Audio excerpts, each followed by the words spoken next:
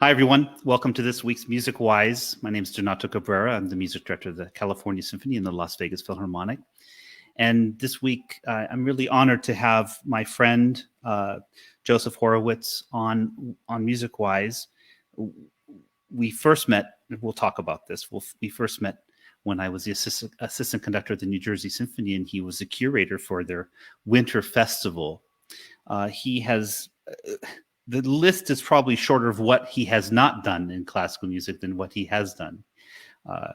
He has really been such a force in our world of music, and his maybe he would disagree with this, but I consider him a provocateur.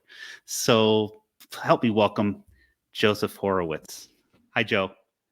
Well, it's a pleasure to talk to you, Donato, and I will never forget our session in New Jersey when I administered my usual Dvorak quiz. I'm sure you know what I'm talking about, where I played an excerpt from the American Suite and asked everybody to guess the composer. And the point of the quiz is that nobody can ever guess the composer. They always guess that it's, Gershwin or some other American. And you said Dvorak, and that was the first time anybody had ever properly guessed who had composed that music. And that sort of was the beginning of our relationship. But I think, Joe, that that bond, of course, that was started then. But I think we both have a fascination of American music. What has it become? What hasn't it become? And how and where we find ourselves today, and in how we're just figuring out what to do next, because we've been finally forced to do so. And we've talked about this privately and publicly over the years. But Joe, give us a little bit of a background. This is a heavily packed topic, but in relationship to particularly the videos we're going to share today with Dvorak, and then eventually we'll talk about the composer Revueltas and others, how his music affected and inspired composers such as Copland.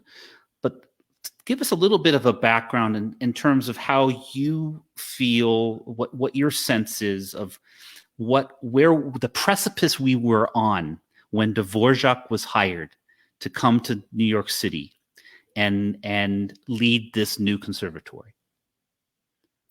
I was a music critic at the New York Times in the late 1970s, and I quit because, a lot of reasons, but one of the reasons was that I felt betrayed and disillusioned by the concerts that I was attending. They were all the same, and I was challenged to figure out what had gone wrong with this music that I love and the manner it had been institutionalized. The simplest way to answer that question was that American music was and is still today essentially Eurocentric. We never created our own canon. So today, American orchestras mainly play European music, American opera companies mainly European. So why didn't that happen here? What happened in Russia? What happened in Germany? And this became my obsession. Why did American music remain so Eurocentric? And I've answered that question many different ways, but the most relevant way to the topic of Dvorak, which we're about to embark on, is I've answered that question by looking at the standard narrative for American classical music as it was popularized after World War I. And there are two main writers of that narrative. One is Aaron Copland and the other is Virgil Thompson, and they're both composers. They were not music historians, and they had no expertise as music historians because there were no American music historians studying American music, which already tells you about the magnitude of this problem. All American music historians were studying German music. How is that possible? And what Copland and Thompson decided as makeshift historians is there was nothing before 1920 or maybe 1915 that really mattered. So immediately, this whole Dvorak story was written off. And yet, when I began to study the history, especially the institutional history of American music, which has never been much studied, it became obvious to me that Dvorak was, in fact, an essential figure, and that American classical music actually peaked at the turn of the 20th century. That was its highest moment. And one of the reasons is that at that moment, everybody believed that we would acquire our own repertoire. If Dvorak were alive today and discovered that American orchestras were mainly playing Dvorak or Beethoven or Brahms, he would be scratching his head and asking, what the hell happened here? What went wrong? So if we go back to Dvorak, we discover a moment full of promise where everybody's excited. We're about to find the American Beethoven. And Dvorak said, here, let me help you. You've got a tremendous amount of interesting stuff here with this Black music that you've been listening to, what we call spirituals. And also pretty interesting that you've still got an indigenous population of Native Americans. We don't have anything like that in Bohemia. Look there and look at the Black music, and you'll come up with something, I'm sure, exciting and create your own classical music. And it never happened. So indeed, he gave us in his music that he wrote while in the United States, he gave us a blueprint. He not only sent us in the right direction, he showed us how to do it with Isn't it amazing? I mean, and yet, if you read Virgil Thomson and Aaron Copland and Leonard Bernstein on Dvorak, all Thomson has to say is that the New World Symphony is hackneyed. Copland never mentions Dvorak. And Bernstein writes this incredible essay against the New World Symphony in which he says the Largo could as easily be Chinese music, because it's pentatonic, as Black music. But that's ludicrous. What do you think were some of the conscious and subconscious reasons that Thomson and Copland basically whitewashed the music before 1915? Because they were Francophile modernists, Donato. It just aesthetically, Dvorak didn't speak to them.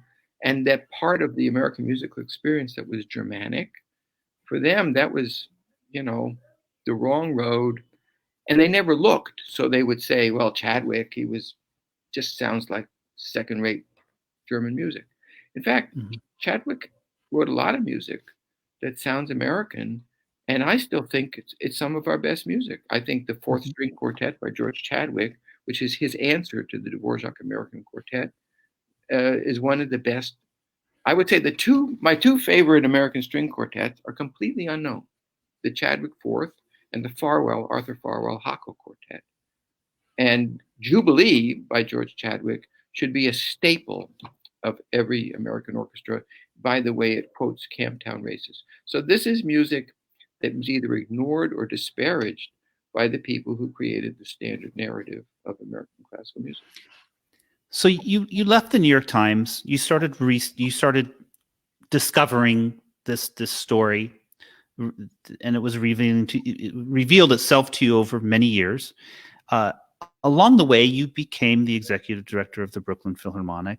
And was it at this point that you started to explore this in terms of how it can be revealed, how it can be celebrated, how this story can be told? The answer to your question is yes, and I can be more specific. I wrote a book, which called Understanding Toscanini, as an act of therapy, trying to figure out what the hell happened. And at the end of that book, I said, if there's an audience today for classical music of a refreshed kind in the United States, it's at the Brooklyn Academy of Music, because that's a remarkable place. At the time, it was certainly the prime performing arts center in the Western Hemisphere, and it was created by one guy, Harvey Lichtenstein, who took me out to lunch because he read Understanding Toscanini, and he said, can you do something with my Brooklyn Philharmonic Orchestra? We've lost over 2/3 of our subscribers over the course of 2 seasons. And I said, sure. What year was this? Approximately when was this? 1990s. Okay. 1990s. I said, sure, if you let me do what I want. And he said, well, what do you want to do? And I said, I want to turn it into a humanities institution, just like a museum where we pursue topics of interest that are thematic and create festivals. And he had nothing to lose. He said, do whatever you want. And one of the first things I did was a Dvorak Festival. The reason I did the Dvorak Festival is that I do something which is unknown in the world of American orchestras, which is I take my cues from scholars. And a scholar named Michael Beckerman had written an article, which I read in the journal 19th Century Music, that blew my mind. And what it said was, I've been looking at the Song of Hiawatha in the New World Symphony because even though it's long forgotten, Dvorak once said that the middle movements of his symphony were inspired by the Song of Hiawatha. And what Beckerman discovered was that the entire third movement, the scherzo, was a tone poem based on 2 chapters from the Song of Hiawatha, Hiawatha's Wedding Feast. Dvorak didn't intend it as a tone poem. It's just that that's what was in his head when he composed that music. We wouldn't have that music if he wasn't keying on the Dance of Palpukiwis and the Song of the Yagu and what's the other thing? On a Way, Wake Beloved. The Tale of the Yagu, sorry, and the song of the other guy who sang the song. Anyway, and Beckerman said, okay, so here it is. And you look at what he's doing and you say, holy shit, it's all there. It really is. That is what was in Dvorak's ear, in his brain, in his mind when he composed that movement. It's all there in the Song of Hiawatha by Henry Wadsworth Longfellow. So I'll just say, I think it's important for our viewers for those of us who aren't aware that at that time and well into the 20th century, most Americans, and I mean most, right, could quote the Song of Hiawatha. Right. They all know the Song of Hiawatha. So Dvorak had like when he wrote his late tone poems, setting these Czech folk tales by what's his name? I can't forget his name. He was telling a story that the audience knew. He did the same thing in the New World Symphony, but we no longer know that story. So I did something, which is I got a guy named Peter Bogdanov, with whom I've worked ever since, to create a visual presentation for those 2 movements based on Beckerman's research and some thoughts of my own. And that's been used dozens of times, including by Donato Cabrera, as a visual accompaniment to the Largo and the Scherzo of the New World Symphony. Well, what I think is so fascinating about this approach is that as orchestras are beginning now to use multimedia, to use social media, in your initial concerts and festivals at the Brooklyn Academy and with the Brooklyn Philharmonic, you sort of laid the groundwork for this idea that orchestras should and can and could be so much more than just the standard overture, standard concerto with European soloist X, followed by intermission and the same old symphonies, I think what we should do is watch the very beginning, this first clip, just to get a sense of what you're describing. What my orchestra now is called Post Classical Ensemble. It's 18 years old. It's in DC. It's an experimental chamber orchestra. And what we're doing during the pandemic, rather than streaming concerts, is making films, which turns out to be ridiculously easy because all of our concerts and DVDs and CDs tell stories. And with the technology at hand today, I can make a movie in 2 weeks. So here's a movie we're about to excerpt called Dvorak's New World Symphony as a Lens on the American Experience of Race. And we're going to look at a segment of the movie pretty early on. Great, thank you.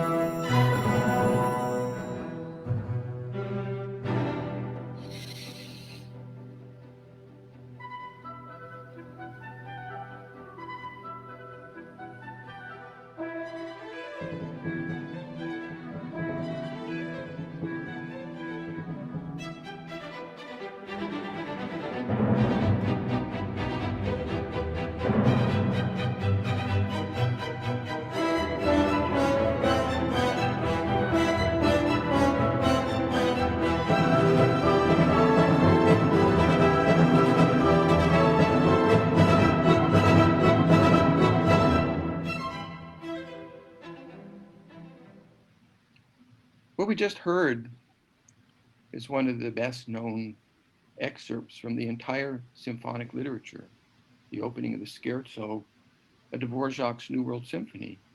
And what we just saw were verses from the Song of Hiawatha by Henry Wadsworth Longfellow, because it turns out that this passage was in fact inspired by the dance of Paupakiwis at Hiawatha's wedding. That's the reason it has a tom-tom beat. And that's the reason for the triangle, because Dvorak is hearing the sound of the bells on the moccasins of the dancing Indians. That may sound far-fetched, but it turns out that Dvorak also wrote an Indian dance in his American suite, and it also has a triangle for the same reason. So I'm referring to one of the strangest and most fascinating stories in the entire history of Western music, the story of Dvorak in America. The dates are 1892 to 1895. What was he doing in New York City for those 3 years?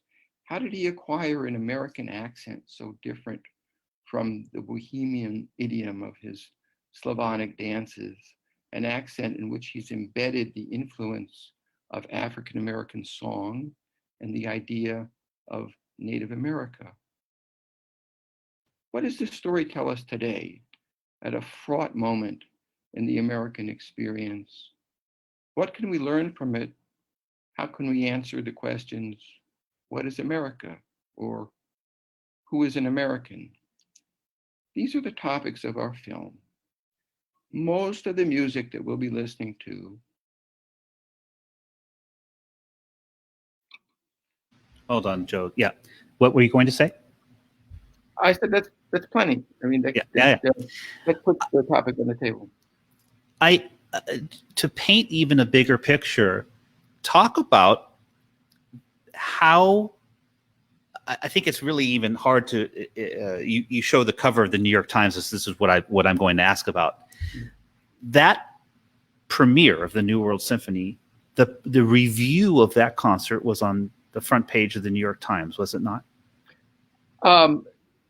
I doubt it, but the reviews were enormously long, and the best of those reviews, which was by W.J. Henderson in the New York Times, was over 2,000 words, and it's still one of the best things ever written about the New World Symphony. I doubt that it was on page one. Maybe it was on the cover. It was, but it was a prominent and it was over 2,000 words. I mean, you'd never see a concert review of that length today.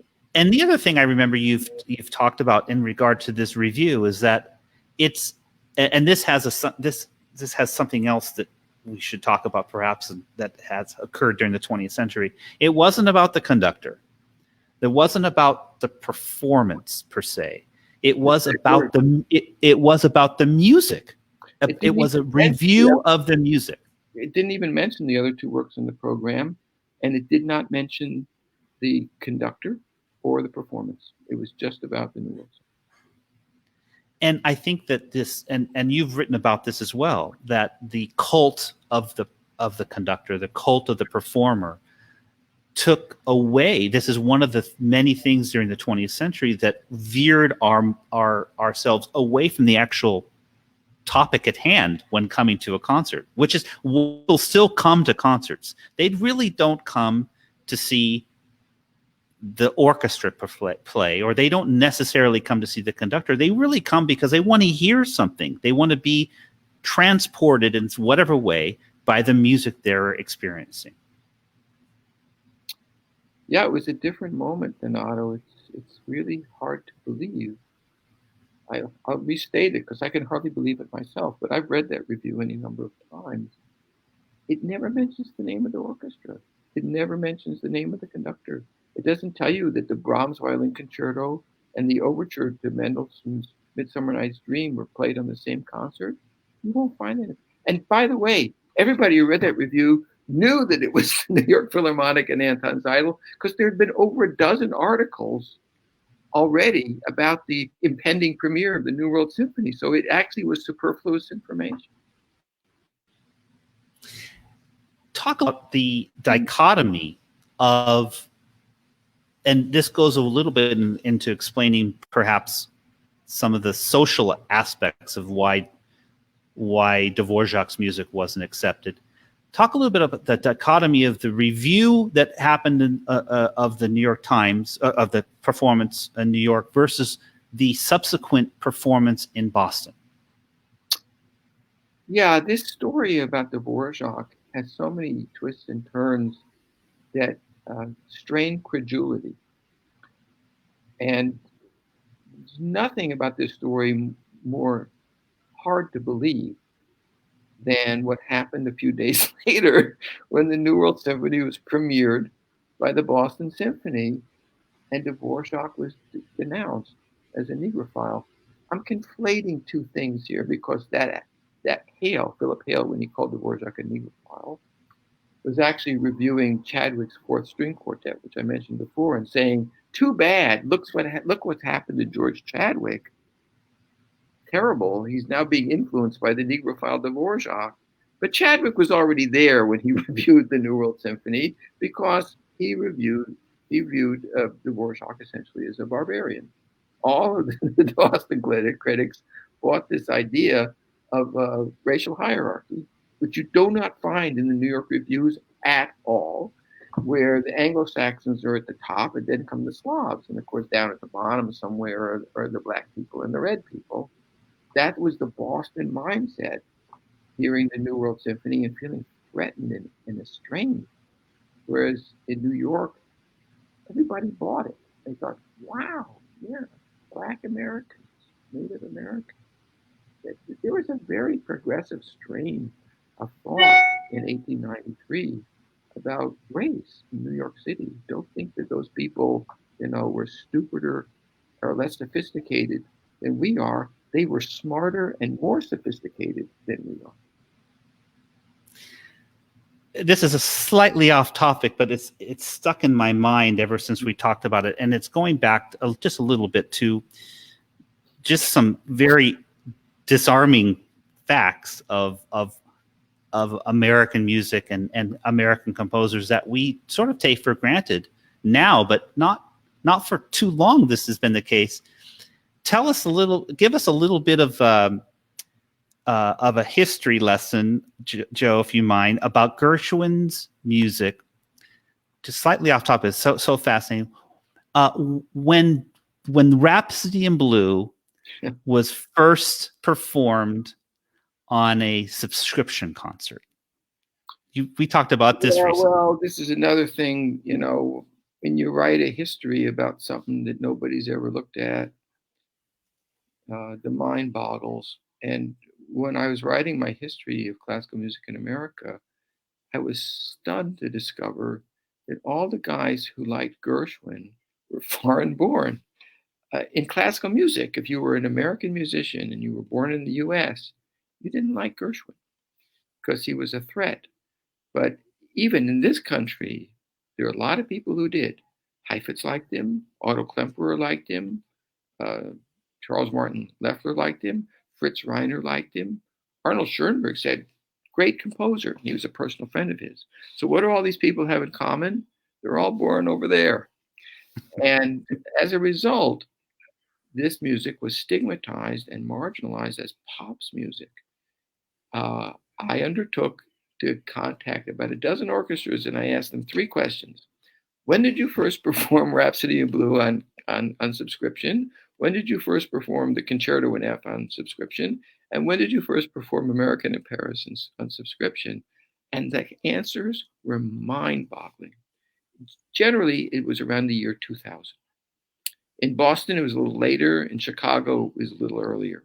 But and I mean a little earlier, I mean in the 1990s, right? That's when these orchestras first performed these pieces on subscription by George Gershwin. This does tie in a little bit to this sort of stigma. Absolutely to Dvorak. I mean, progeny of Dvorak, George Gershwin. Absolutely. The second clip, Joe, goes a little bit deeper. I think it's important to recognize that this movie that let's face it, you guys, the post-classical ensemble, have the content in order to produce these movies. Most orchestras do not. No orchestra does. I mean, the fact is, if you look at what we produce for Naxos, we have a DVD about the New Deal documentaries, The Cloud That Broke the Plains and the River, which I mean, we present them with a new soundtrack and commentary. We have a DVD on Redes, which we'll talk about later. We have a CD called Dvorak in America. The CD we're producing this week, it's coming out this week on Bernard Herrmann with a 1942 radio play, 44, excuse me, Whitman. We will also turn into a movie, which will be streamed this week. So yeah, all of this stuff is actually, that's what I realized at our fingertips. We can make movies in 2 weeks. After the Brooklyn Philharmonic, tell us a little bit how Music Unwound, and that's how the Las Vegas Philharmonic and the New Hampshire Music Festival and other places I've been affiliated, we came to perform these incredible projects. Tell us how Music Unwound was created and how it existed. When I ran the Brooklyn Philharmonic, we became the first orchestra to get a grant from the National Endowment for the Humanities. We got 2 huge grants from them. And to this day, I think the only other orchestra that's ever gotten an NEH grant is the American Symphony, because we were a humanities institution. So we were eligible for a humanities grant, which is to say we did contextualization that was thematic and cross-disciplinary. And this is my calling card. And I was doing these festivals for the Pacific Symphony. And I'm thankful to a guy named Gary Good, who was their development director, who said, why don't we apply for an NEH grant? And I said, are you kidding? Do you know how labor intensive it is to apply for an NEH grant? That's the most labor intensive application that you can undertake. And I know from bitter experience in Brooklyn, because I was turned down once as well as being granted twice. But it stuck. And I said, okay. So Music Unwound was born. When you do an NEH project like that, it has to be national. So I needed partners. And the Pacific Symphony was one of the original partners. The Buffalo Philharmonic was one of the original partners. North Carolina Symphony. I can't remember all the Louisville Orchestra. These are all places where I knew people who would take an interest. And it was funded. It was called Music Unwound. It was funded 3 times for $1 million. Eventually, it included your New Hampshire Music Festival and your Las Vegas Philharmonic. And of all those programs, there were 4 of them: a Kurt Weill program, a Dvorak program, an Ives program, and a Mexican program. The one I did the most and the most popular, of course, was Dvorak in America. When we did it in Las Vegas, somebody came up to me afterwards and said, that's the best concert I've ever attended. And that was not an unusual response. And then the NEH acquired new leadership under a nameless president, and Music Unwound was not refunded, and it no longer exists. But that was Music Unwound. This afforded you the ability, though, to refine these programs. So over the course of the years and in creating the 4 programs, what was it that you found worked, and what was it that you thought was really, really effective? Well, The Sleeper turned out to be Weill. Weill's story is a story of immigration. And what worked was El Paso and South Dakota because of what I encountered on the ground. Our friend Delta David Geyer at the South Dakota Symphony has created an unparalleled, to use the jargon, outreach capacity to Indian reservations. So here I was presented with an incredible opportunity to take the Dvorak story to Native America, and we did.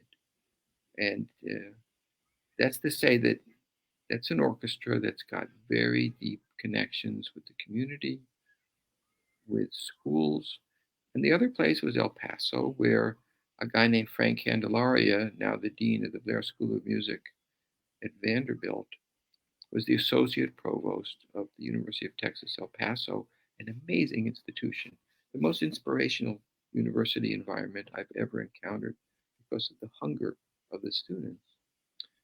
And in some ways, there's something like that in Las Vegas, in the University of Nevada, Las Vegas, somewhat reminiscent.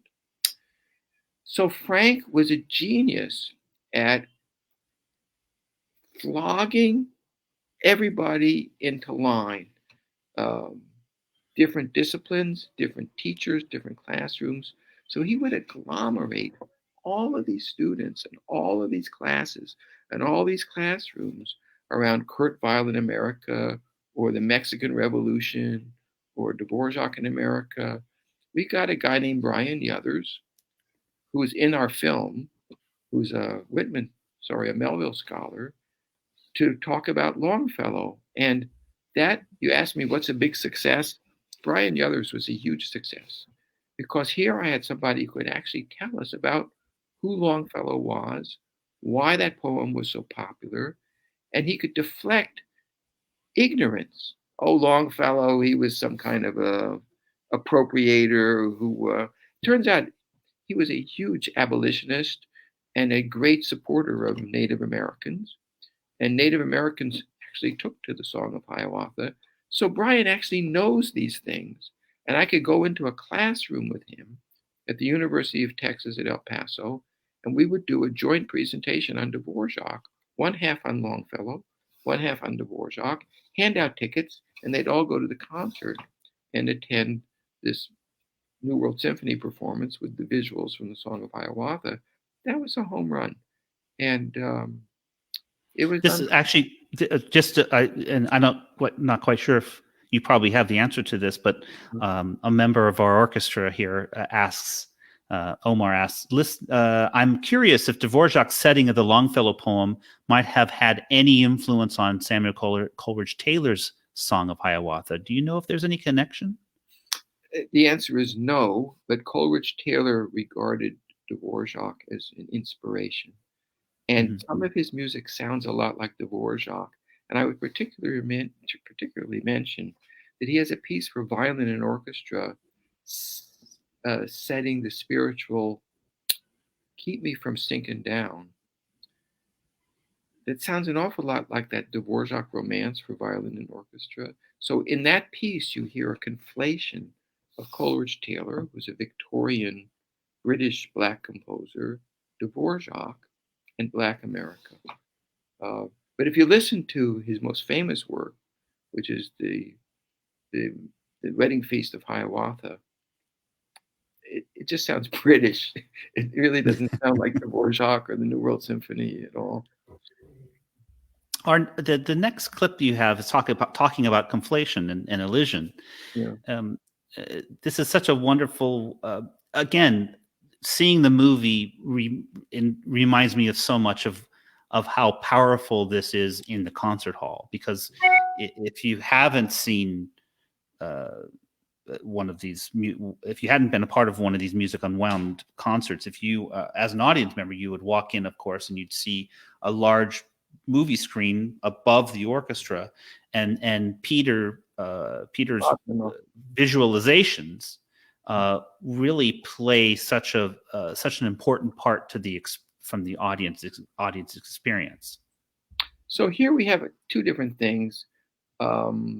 This should be distinguished. There is the visual presentation for the Largo and the Scherzo. There's also a thing called the Hiawatha Melodrama, which has its own visual presentation, and that's what we're going to see. Beckerman and I created a 35-minute melodrama, which is to say a work for narrator and orchestra, with music by Dvorak and words by Longfellow. When Dvorak said, I was inspired by the death of Minnehaha when I wrote the Largo, Mike Beckerman said, there's only one possible place in the Largo that could evoke the death of Minnehaha. It's the wonderful section in C sharp minor. And so I then took the section in C sharp minor and slapped some Longfellow on top of it as the movement from the Hiawatha Melodrama, which I called The Death of Minnehaha. And then Peter, for this film, really for the first time, created a visual track for that. And that is what we're about to see, I think. Yes.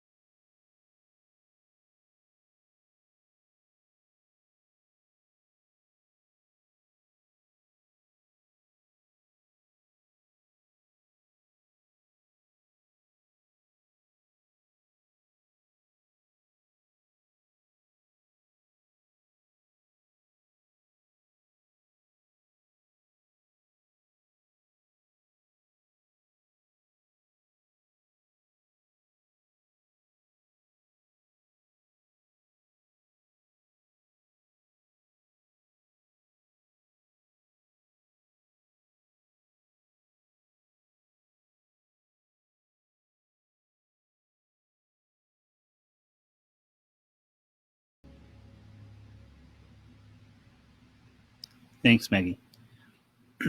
I think some of it's so interesting, seeing this from. I'm usually I have the worst seat in the house, or the worst place in the house to see the incredible work that Peter, the eye that he brings, and his ability to capture the imagery. Just so. So let's give some credit where credit is due. Yes. It's Kevin Days as the narrator. That was Angel Ordonez beautifully conducting the post-classical ensemble. I'm the one who insisted on the slow tempo for the cadence, having composed the cadence. But I'm particularly pleased with the way I started this movement, which is not with the New World Symphony, but with my favorite passage from Dvorak's American Suite, composed in 1894, which is also in C-sharp minor, and is some of the most desolate music in this Indian mode of Dvorak that he ever composed. So I wanted that music. In fact, I returned to that theme at the end of the melodrama when Hiawatha sails into the purple mists of evening. I bring back this theme, which is a favorite of mine from the American Suite.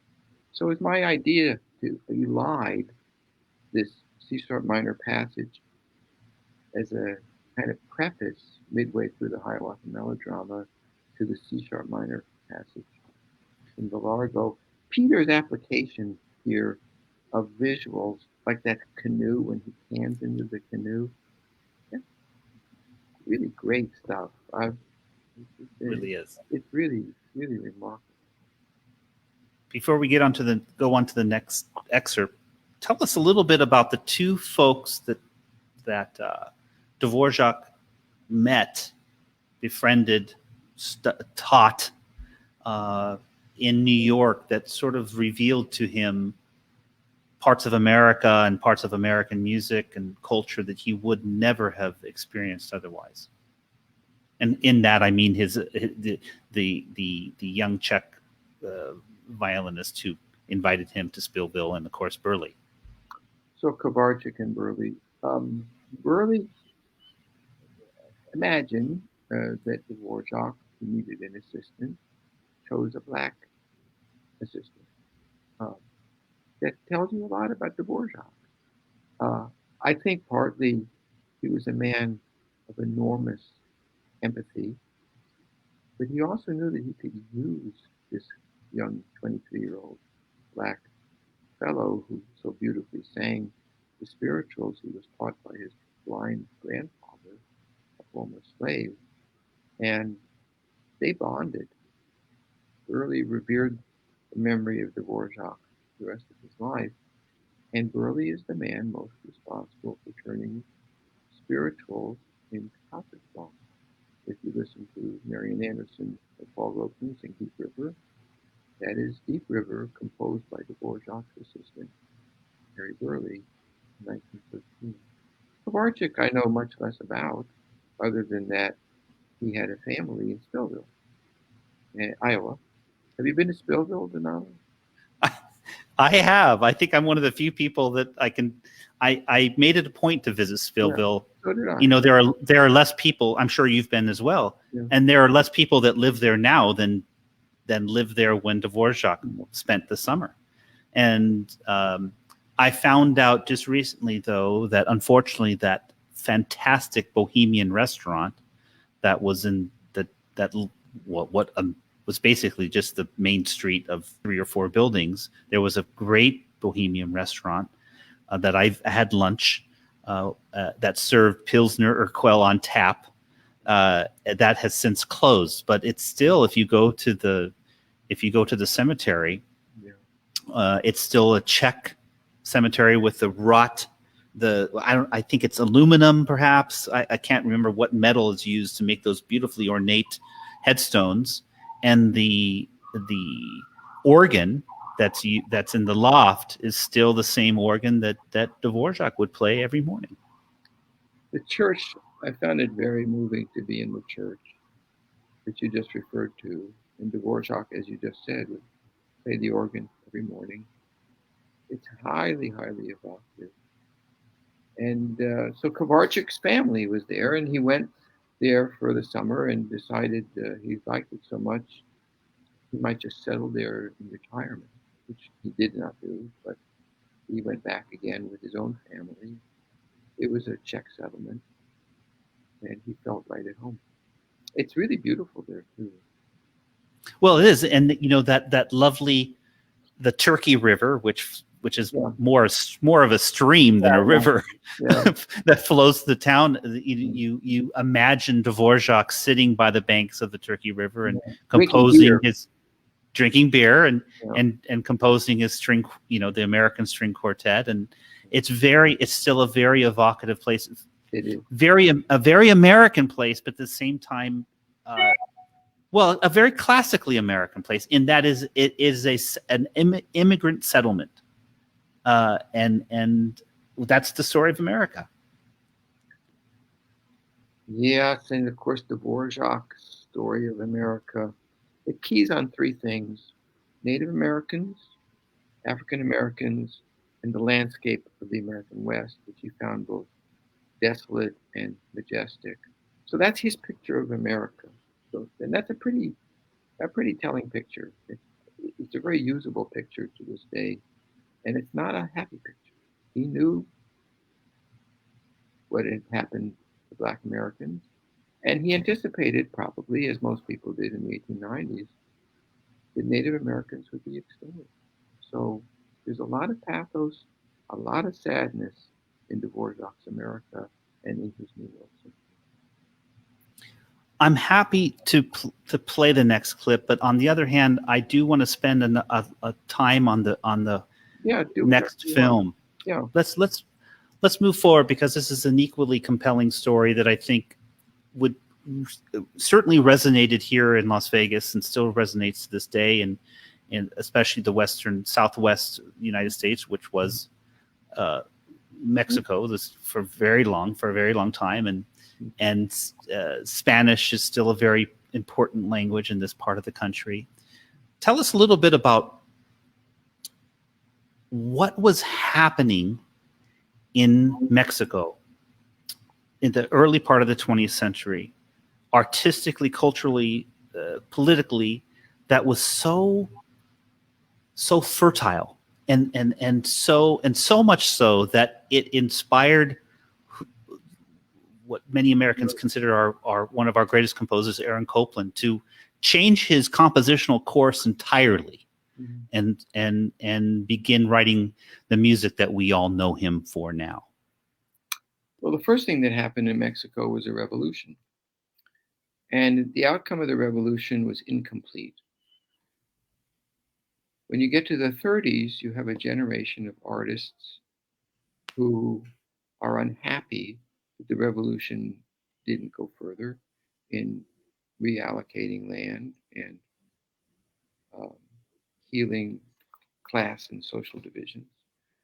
And this is maybe the most important manifestation of political art in the history of the Western Hemisphere. I just made that up, but I do believe that the most formidable political composer of concert music in our hemisphere by far is Silvestre Revueltas, who with Chavez is one of the two famous composers in Mexico in the 30s.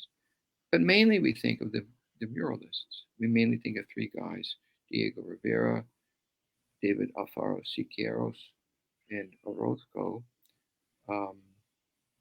We have that's a different topic, but it's a fascinating topic.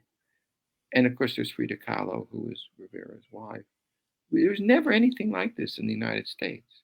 And indeed, Americans, John Steinbeck, Langston Hughes, Aaron Copland, Paul Strand, Eisenstein from Russia, all these people went to Mexico because Mexico had really figured out something we never figured out, which is how to create great political art.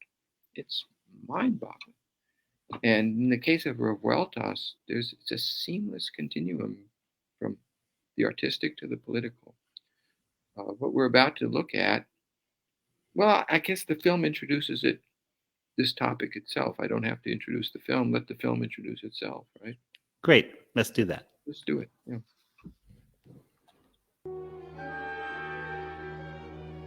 The 4-minute film clip you're about to see seems to me one of the most remarkable examples in the history of cinema of music wedded to the moving image. A community of poor Mexican fishermen unites, storms the city where their fish are sold at a great profit, of which they get practically nothing. Their leader has just been murdered. See what you think.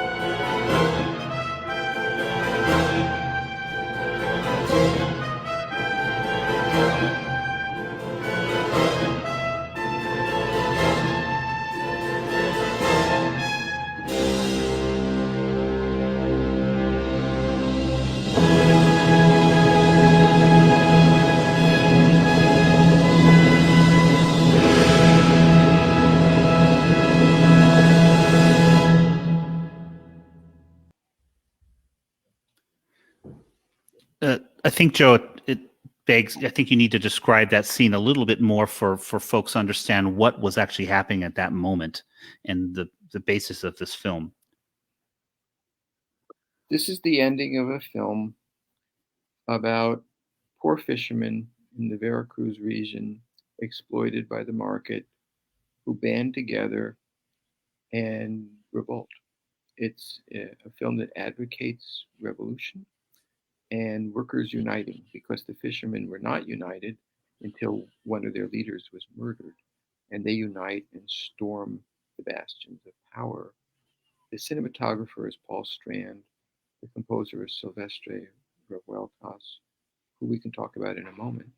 And that is the film from 1936 with a new soundtrack recorded by a post-classical ensemble conducted by Angel Gil Ordóñez on a Naxos DVD, which we used as the basis for our film about the film, which we called Redes Lives. And the solo trumpet, who's amazing in this performance, is Chris Gecker, who's one of the best-known trumpet players in the world and is our principal trumpet. So this is something that orchestras can do with live music. And Donato, you did it twice, right? Did you do it in New Hampshire? No, you didn't do it in New Hampshire. You did it in Las Vegas. I did it in Las Vegas. And I want to get to that concert, especially to our discussion that happened after the concert. Yes, but absolutely. Before we do that, paint the scene. Why was it so influential on Copland? What was happening? There was such a successful dialogue between art and politics and culture that was happening in Mexico. What was that Copland witnessed? So this is really the focus of our film. And all these films have Zoom chats, which are follow-up Zoom chats. And the follow-up Zoom chat for this film was called The Artist and the State.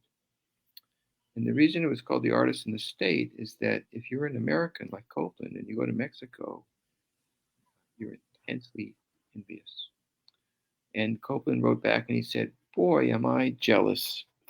Here in the United States, I feel completely irrelevant. And I go to Mexico and all these artists and intellectuals, they're right at the center of things.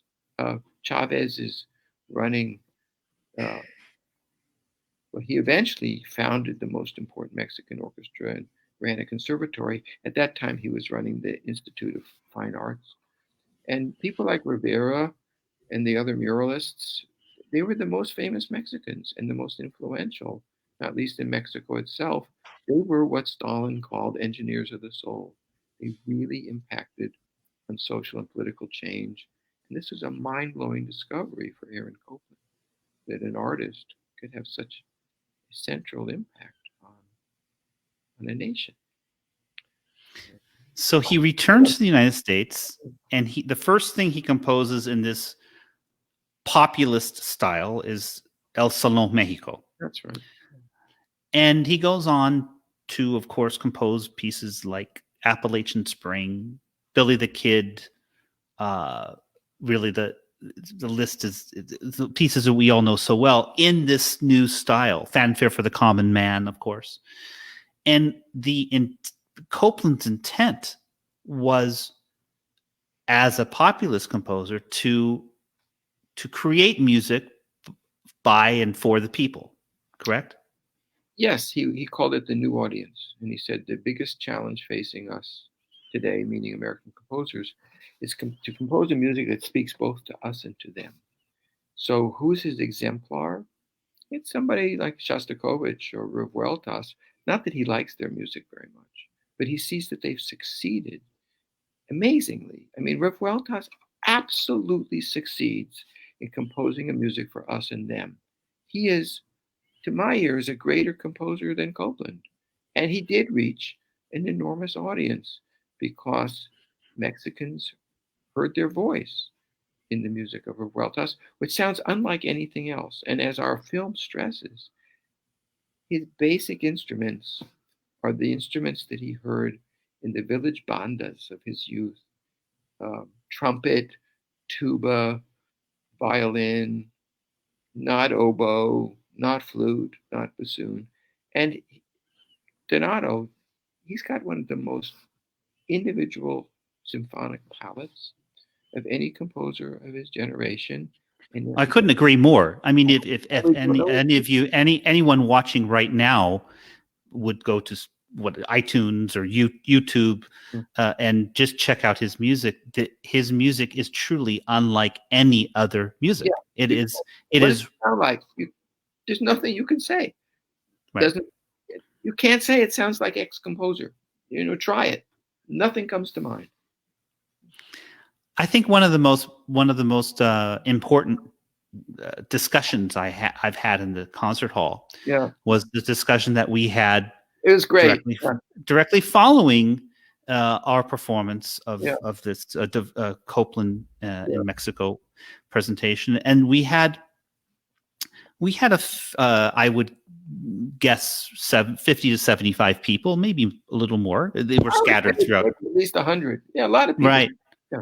A lot of people stayed, and this is one of the hallmarks of your of the Music Unwound concerts is that there is not a pre-concert lecture. There is a post-concert discussion where the audience is encouraged to share anything that they've experienced, and we really truly had the two opposite ends of the spectrum. Yeah. And Joe, you can share the I think it was there was a very first comment, and they were sitting in the front row. A woman was raising her hand, call on me, and Donato said, yes. What would you like to say? And she said, I hated it. And I thought, wow, great. That's phenomenal. We can talk about this until the sun comes up. And we talked for a long time. And then when the stage was being emptied, she came to the lip of the stage because she wanted to talk some more. And she did. That was Roberto Kolb, who came from Mexico City, who's the leading authority in Revueltas, and they continued to talk. And really, it's about engagement when it comes down to it. And that's what we want. We want people to have engagement. And then the other side of that was that spectrum was a wonderful young lady stood up and she said, I moved here from Mexico City 16 years ago, and this is the first time that any institution in this city has celebrated anything from Mexico, any art whatsoever. And I will forever remember that and be appreciative of the fact that we did this concert in Las Vegas. We got a lot of very personal testimony, both of those programs, the Dvorak program too. The Las Vegas audience was really impressive. People were testifying. And this is something that's so special about the Las Vegas audience is that it's really hard to find anywhere else that they're hungry for what we offer. And I think we have followed this sort of humanities inflected programming. Even when we don't do Music Unwound, the way that I like to introduce the pieces is a little bit more than just my 100 greatest hits of classical music programmed.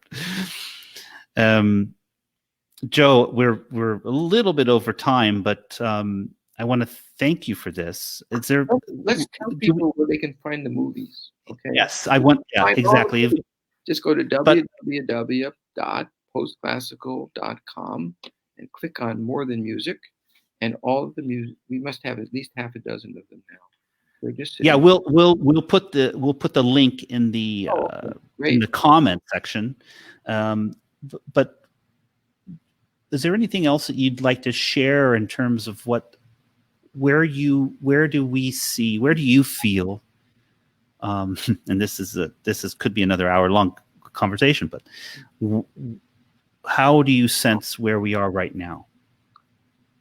My great frustration is that we still don't curate the musical past of our own country the way museums curate the artistic past of the United States, and they have scholars on staff to do that. So here, all of a sudden, we're in a moment that people are scrambling to play music by Black composers. And since we've not curated our musical past, no one knows a damn thing. They don't know about Burley, they don't know about Coleridge Taylor, they don't know about Florence Price, they don't know about William Grant Still, they don't know about Nathaniel Dett, they don't know about William Dawson. Excuse me, did I not say William Dawson is my favorite guy? Had we acquired a normal classical music culture, we would know our own music, and we do not. We don't even know the Dvorak American Suite or the Chadwick Fourth String Quartet. So sitting there, undiscovered, is, for instance, a symphony by Dawson, the Negro Folk Symphony, premiered by Stokowski in 1934, that to my ears is as impressive as any American symphony I know. And why don't we know it? Because we haven't curated our musical past. It's still not too late, and if Music Unwound had not been terminated, what we would be doing right now is a program contextualizing the Negro Folk Symphony by Dawson, which is progeny of Dvorak. So is Florence Price's quite wonderful Symphony Number 3. That's progeny both of Dvorak and Chadwick, because she studied with Chadwick, and Chadwick is an influence on her, just as Dvorak was an influence on Chadwick. Alas, orchestras don't know Chadwick, and they don't know Price, and they don't know Dawson. So now there's a kind of a panic to catch up in a very undisciplined way. I wish it would become possible for orchestras to become humanities institutions and curate the American past so that we understand ourselves better and that we better know what riches we actually possess in our unknown and forgotten repertoire. It's a wish I share. And I know that. But you're rare. you. Donato, I maybe to close by saying that, as you know, you are unusual. And there's a small group of conductors, including David Geyer, whom you know, and Arthur Philodonius from DC, very small, that shares your interest. More typically, somebody conducting an American orchestra is born abroad, travels a lot, and never heard of Chadwick, never heard of Dawson, and doesn't really care. So it's a harsh way to end. But the fact is, what you do and what I do remains the exception rather than the rule, unfortunately, and alas. We're warriors. We're warriors, Joe. Yeah, we're warriors. Thank you so much. Don't disconnect. But thank you, everyone, for joining MusicWise this week. See you next time. Thank you.